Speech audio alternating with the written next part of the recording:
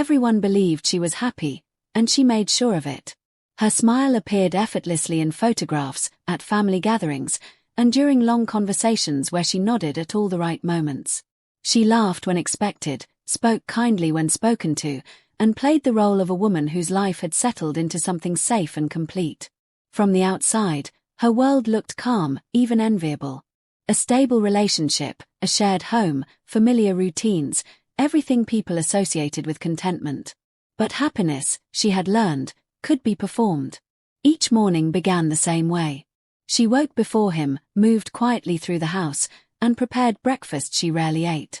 She listened to the silence more than the sounds, silence that once felt peaceful but now felt heavy. He spoke less these days, and when he did, his words felt borrowed, as if his thoughts belonged somewhere else. She noticed the way he checked his phone when he thought she wasn't looking, the way his smile faded too quickly after reading certain messages. She told herself not to overthink. Love, after all, wasn't always loud. Relationships changed. Comfort replaced excitement. These were the stories she repeated to herself whenever doubt crept in. To the world, she appeared fulfilled. Friends admired her patience, her loyalty, her ability to keep everything together. They praised her relationship, calling it strong and mature. She accepted their compliments with a soft smile, never correcting them, never revealing how alone she felt even when sitting beside him. At night, she lay awake while he slept, staring at the ceiling and wondering when things had started to feel so distant. She replayed old memories, late-night talks, shared dreams, promises whispered without fear. Somewhere along the way, those moments had faded, replaced by routine and unanswered questions. Still, she stayed silent. She believed love required endurance, that commitment meant holding on even when it hurt. She convinced herself that asking questions might break something that was already fragile. So she chose quiet over confrontation, hope over truth. What she didn't know yet was that silence doesn't protect love. It only hides its ending.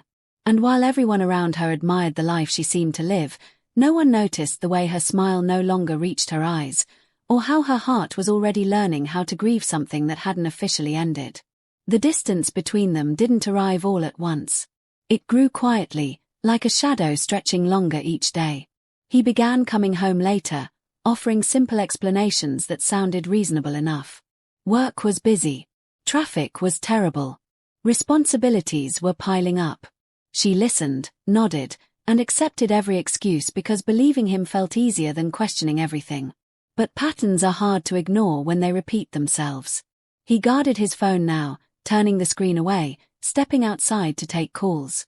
His attention drifted during conversations, his responses delayed and distracted. When she spoke about her day, he listened with half a heart, his mind clearly somewhere else.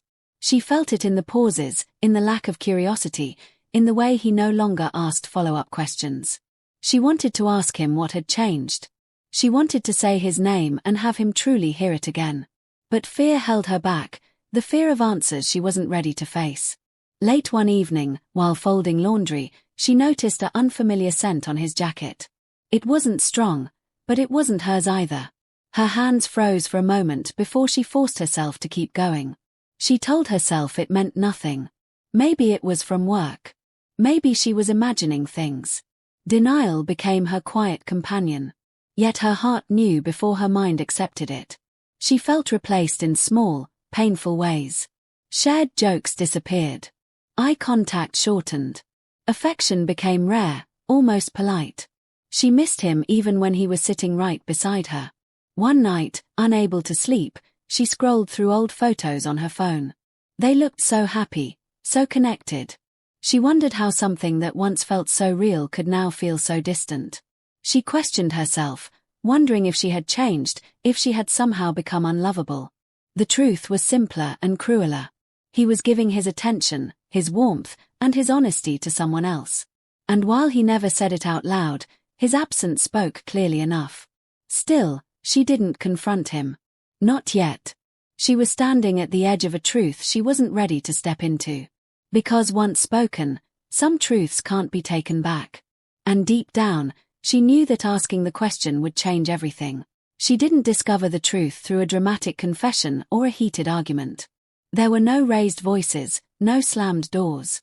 The truth arrived quietly, the way heartbreak often does, through certainty rather than surprise. One evening, he forgot his phone on the table. A message lit up the screen. She didn't read the words, didn't need to. The name was enough. A name she had seen too often lately, mentioned too casually, explained away too quickly. In that moment, everything made sense. The late nights. The emotional distance. The way he seemed lighter when he wasn't with her. She felt a strange calm wash over her, not relief, but clarity. The doubt that had haunted her finally settled into something solid and undeniable. She didn't wake him. She didn't cry. She simply sat there, listening to her own breathing, feeling something inside her quietly break. The next days passed in a blur. He continued as usual, unaware or pretending not to notice the shift in her silence. She watched him with new eyes, seeing not just who he was, but who he had stopped being for her. She realized then that the betrayal wasn't just about another person. It was about the lies, the avoidance, the way he chose distance instead of honesty. He had let her believe she was imagining things, let her doubt herself, let her carry the weight alone. And that hurt more than the infidelity itself. She never asked him why. She never demanded explanations. Some answers, she knew, would only deepen the wound. Instead, she began to emotionally step back, protecting what little strength she had left. At night, she finally allowed herself to feel everything she had been holding in.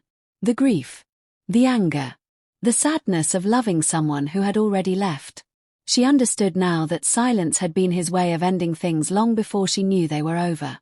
And in that understanding, she began to let go. She didn't leave in anger. There were no dramatic goodbyes or final speeches. When she finally chose herself, it was with a calmness that surprised even her. She understood now that love should never require someone to disappear to keep it alive. The day she packed her things, the house felt strangely peaceful. She moved slowly, deliberately, touching familiar objects one last time. Each item carried a memory, but none were strong enough to make her stay. She wasn't running away. She was walking forward. He watched her quietly, confusion written across his face. Perhaps he expected tears. Perhaps he expected a fight. But she offered neither. Some explanations had already been given through his actions. Some endings didn't need words. As she stepped outside, she felt the weight lift, not because it didn't hurt anymore, but because she was no longer pretending it didn't.